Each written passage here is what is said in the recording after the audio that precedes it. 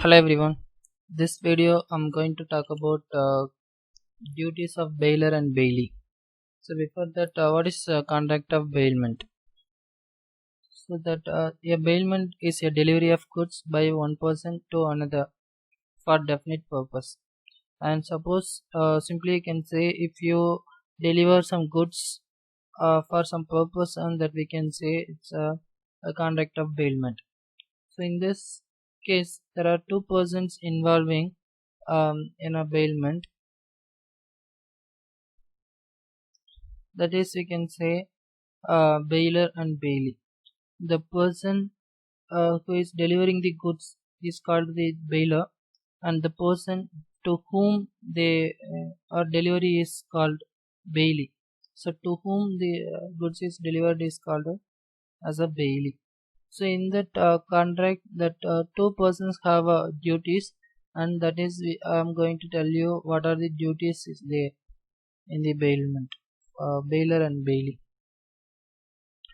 That the first I can say that to disclose the fault in the goods bailed. So that is main duties, first duties of bailer. So duties of bailer to disclose fault in the goods are different gratuitous and non-gratuitous bailer. So section 150 provides the bailer is bound to disclose to the bailee the fault in the goods bailed, of which the bailer is aware, and which materially interfere with the use of them or expose the bailee's extraordinary risk. If he doesn't make such disclosures, he is responsible for the damages arising to the bailee directly from such fault. So if the goods are bailed for hire and the bailer is reasonable for the such damages. So if there is any hire and the bailer is responsible for such damages, whether he was or was not aware of the existence of the such fault in the goods bailed. Suppose the failure to make such disclose will make the bailer liable for damages arising to the bailee's delivery directly from such faults.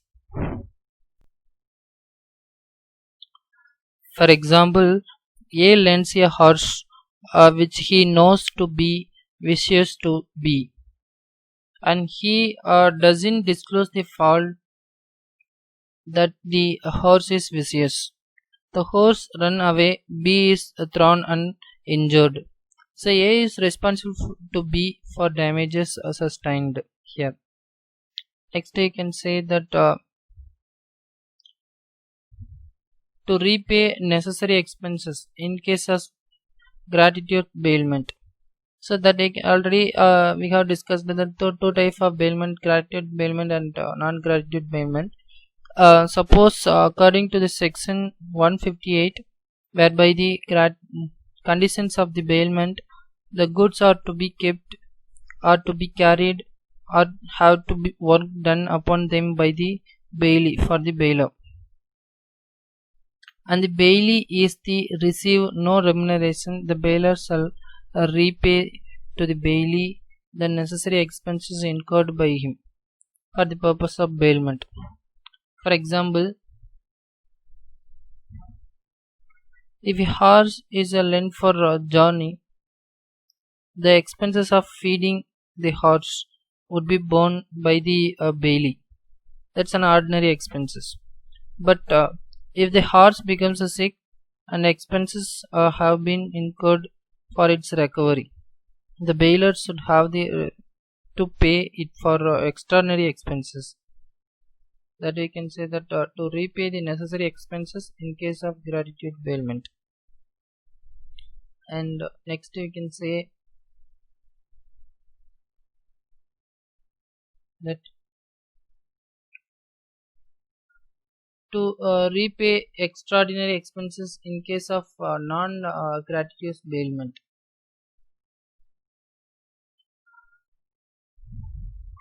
In case of non-gratuitous bailment, and we have to repay the extraordinary expenses incurred in that. For example, Y hires X horse for his carriage. The horse becomes ill, and Y spends rupees 50 on medical expenses, over and above rupees 20 on feeding the horse. X is liable to pay to Y rupees 50 for extraordinary expenses only. So like that, in case of any extraordinary expenses incurred, and that bailee have a responsible for pay that. Next I can say to indemnify the bailee.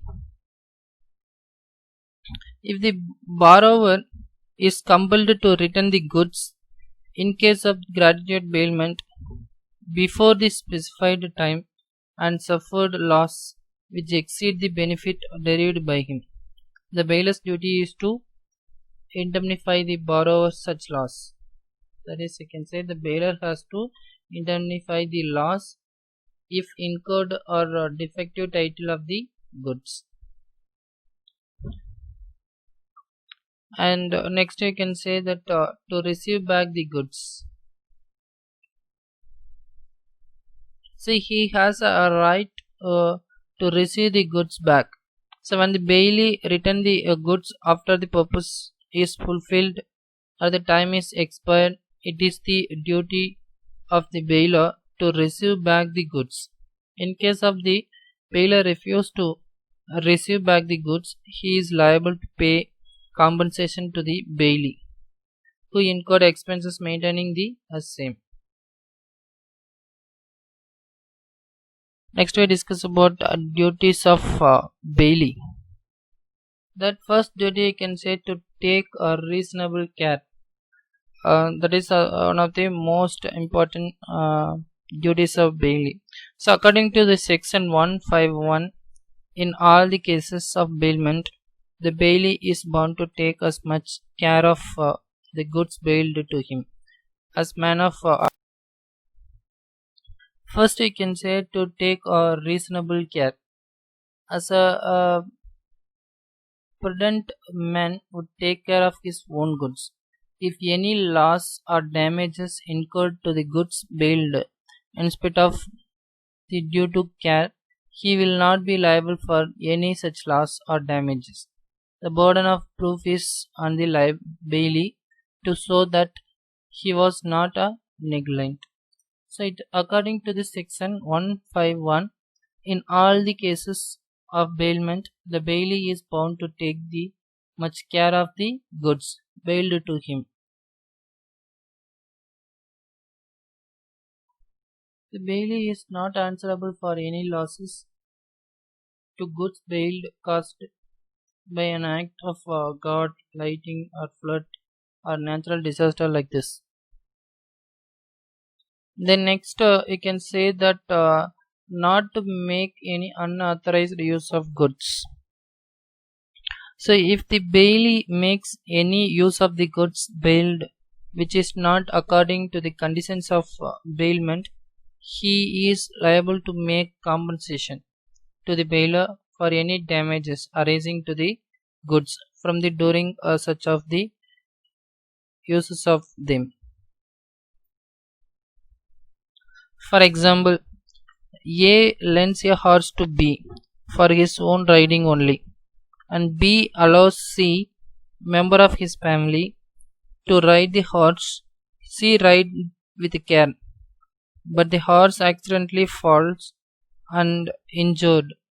B is liable to make the compensation to A for the injury done to the horse, because that A lends a horse to only B and for his purpose.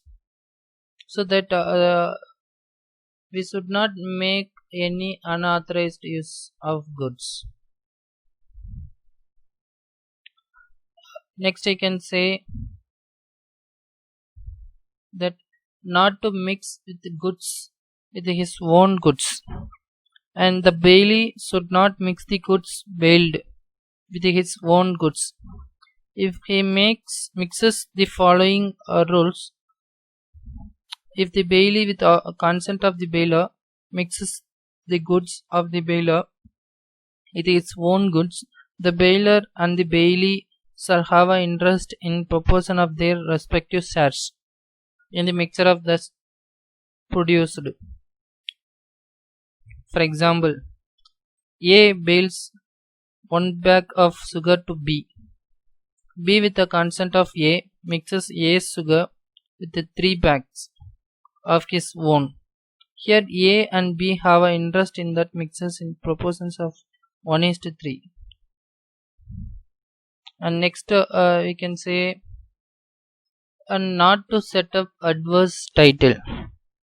So under this section 117 of the Indian Evidence Act, the bailee holds the goods on behalf of and for the bailer.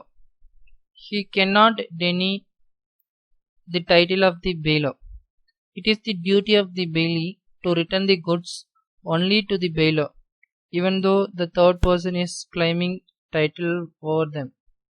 So that not to set up the adverse title on his own name. And then next we can say to return the increase or profit. So according to the section 163, in the absence of any contract to the contrary, the bailee is bound to deliver the bailer according to his direction, and any increase or profit which may have accrued from the goods bailed. For example, A leaves a cow in the custody of B to take care of the cow. The cow has a half. B is bound to deliver the half as well as the cow to A. So these are the duties of bailer and bailee. Simply that duties of bailer is to disclose the defected facts and to bear the expenses and bear the extraordinary expenses and to receive back the goods and to indemnify the bailee.